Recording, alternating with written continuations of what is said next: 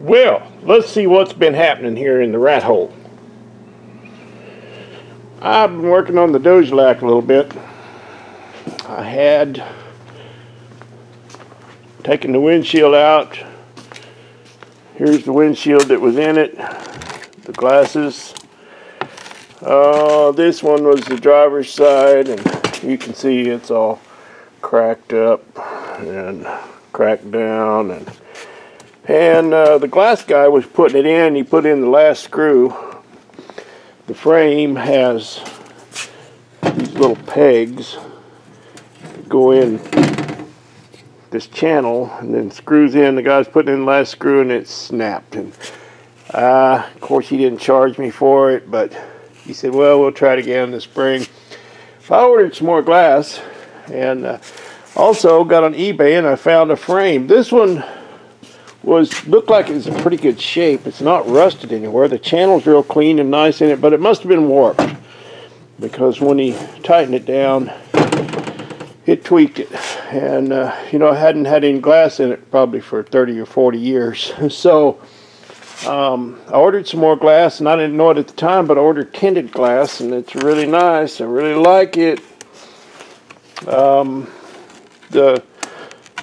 The frame I got on eBay like that was more rusty, but it is pretty straight. Seems to be anyway. For right now, it's holding. So I just got that in. Just got that done a little bit ago. And there she is. Man, that's a nice glass. I'm just hoping it doesn't crack. Oh, I didn't finish my story about the glass guy. He tightened this one down. It broke. So I was cranking the Safari window in and cranked it down a little too tight, and I got out stood around in front of the truck to look at it, and then the other side snapped. So he broke one, I broke one. So I just took it out back and put it down. I put a bullet in it. And I put some silicone in there so some little kid wouldn't stick his finger in there at a car show and get cut. But it's pretty cool looking, but it's not legal because it's cracked all in the line of vision. You know, it's all cracked, both of them. So I got some really nice glass in there. I hope it holds. You know, sometimes you walk away from these things for a little while and then you hear snap. But yeah, that one's a little rusty, but I got nothing against that. So I can put my visor back on.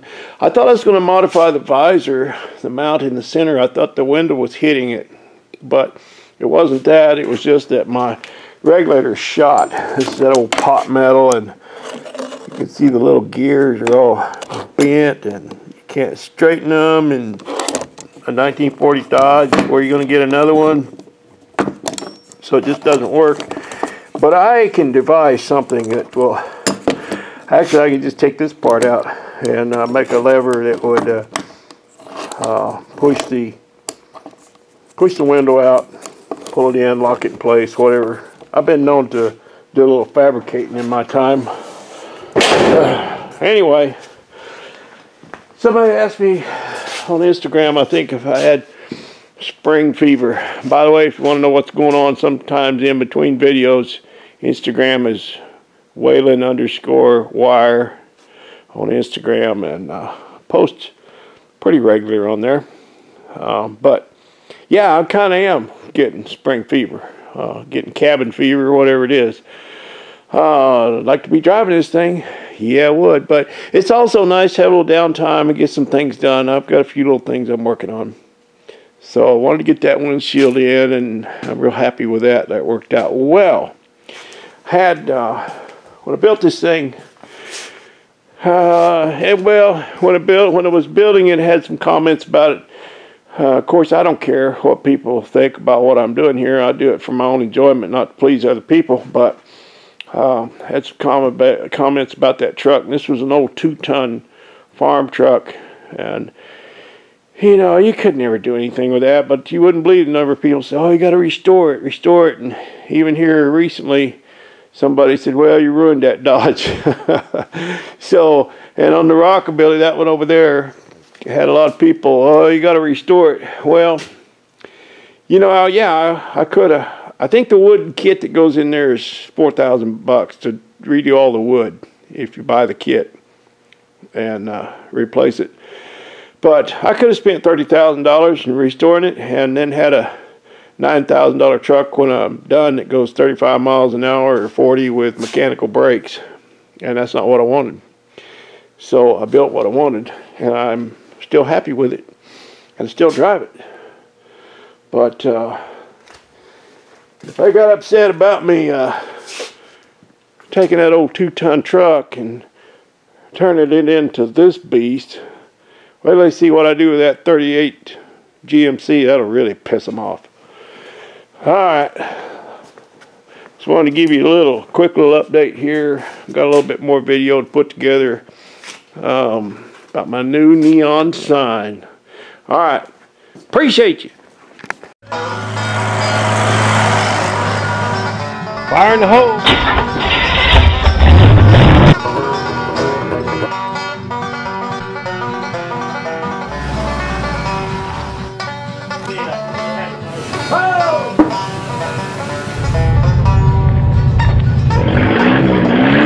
I do believe my pants are on fire. Dirt rattler up. Uh-oh. Somebody came in and decided to take a pee. They took my pee out of place. Well, actually I just took it down. And I'm gonna get rid of this lighting, this rope light. I don't like this rope light. I was using it as a backlight, but any place it's exposed is kind of ugly because it's intermittent light. There's, what are they, inch apart or so, but it's not a solid light. And I found a product that'll make this thing look exactly like neon. And I'm sure some of you already know about it. It's called Neon Flex. And you can roll it up and wad it up and bend it and twist it, and you can cut it. You can cut it to any length you like. For instance, you can light up this letter P and cut that length, and then you just need little tiny wire such as this. I don't know, 16 gauge or so to run in between this one and the next one. So you're not having to run this all the way across. As I did the rope light, I had to just paint it black or tape it up in between the letters, but I had to run it the full length. And it just never did look, it just didn't really look very cool. But this is going to. So Neon Flex, yeah, and like I said, some of you probably know about this. I didn't, but as we have already established, there's so much that I don't know. And I'm learning a little bit every day. So, and this stuff is bright too, man. This runs off a little converter here. This is 110 AC in and 12 volt out. And I'll set you down here and show you how bright this stuff is. I'm talking about this will light up your world. That's what I'm talking about. I'm talking about lighting things up, man. This is serious business. So it looks just like neon too. How cool is that, huh? What do you think? What do you think about that? Look at that stuff. That's amazing. And I think my sign's going to be amazing when I'm done with it. Yeah, I bet you. Neon Flex. Get you some. We have these little aluminum mounting plates. Got a couple holes in the bottom. I'm in the frame there, yeah. So you can screw that onto your surface, whatever you'd like it to be. And then this just pushes down into it. And it sits there like that. It sits up off of your surface a little bit. I'm going to have to heat this rope up, this neon rope, and heat it up and make it a little more pliable. It's been all coiled up in the box. It comes coiled up when you get it. So I have to heat it up a little bit and let it relax. I don't have a heat gun, but I'll figure it out. Okay, thought I'd show you that. Yeah, you just screw these down to your surface and then just pop the rope into it. Yeah. Okay, I've cut off a length there that is enough to put the neon on my letter P there. Letter P. I've measured that out and got enough to go around it to make the to outline the letter.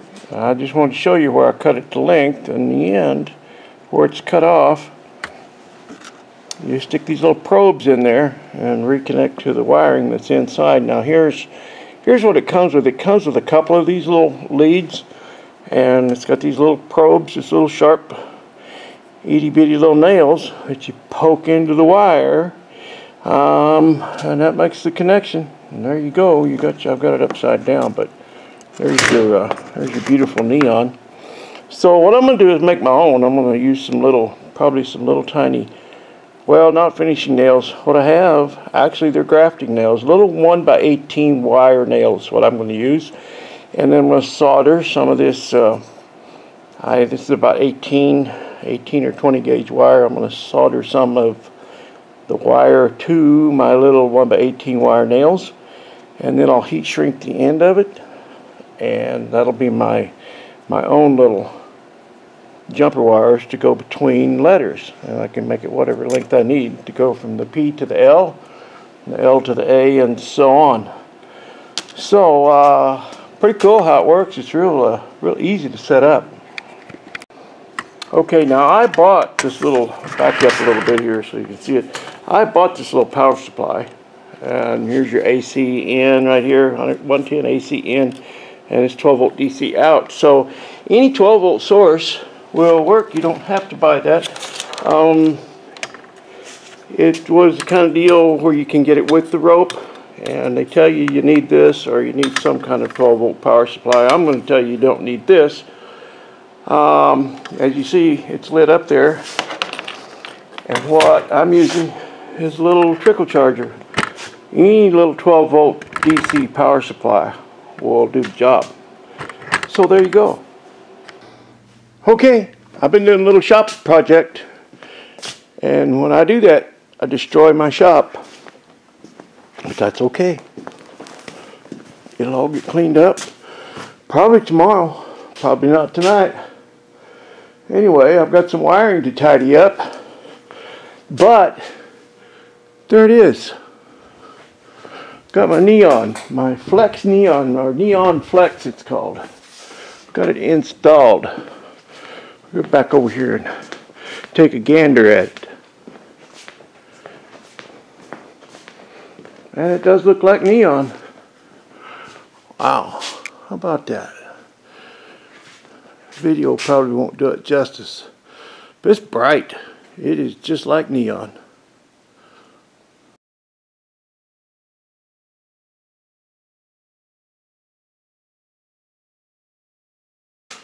Now, I guess I need to backlight the, at least backlight the Ken's part. I had that backlit before, but it was with that old Christmas rope, lighting rope. I don't like it, but I may have to use some of it. I could use this neon. Well, I don't have enough left to backlight it though, I don't think. Got about 6 feet left. Alright, that's enough. Time to call it a day, or a night. Welcome to Ken's place.